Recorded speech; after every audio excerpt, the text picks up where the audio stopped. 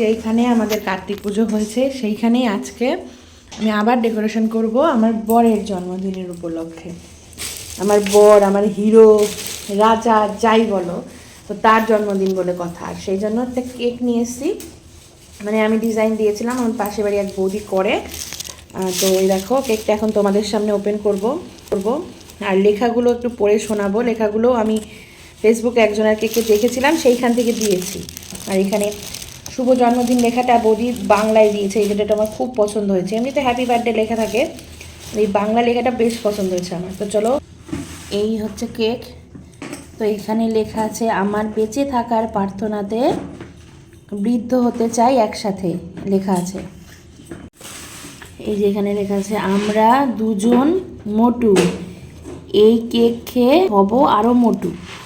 তো পুরো লেখা কেকটাতে এতগুলো লেখা আটেনি, মানে ধরেনি আর কি জায়গাতে, সেই জন্য এইভাবে লেখা। তবে কেকটা আমি যেভাবে বলেছি ঠিক সেই রকম সুন্দরভাবে ডেকোরেশন করে বৌদি দিয়েছে। তোমাদের কেমন লাগলো কেকটা অবশ্যই জানিও, আর লেখাগুলো কেমন লাগলো সেটাও কিন্তু জানিও। তো চলো এবার ডেকোরেশন করে নিই।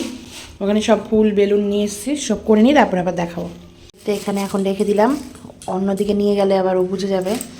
তো বৌদি এর আগে কেক বানিয়ে খাইয়েছিল আমাকে, তো খুব ভালো লেগেছিলো বলে বৌদির কাছ থেকেই নিলাম এবার কেকটা, দোকান থেকে নিইনি।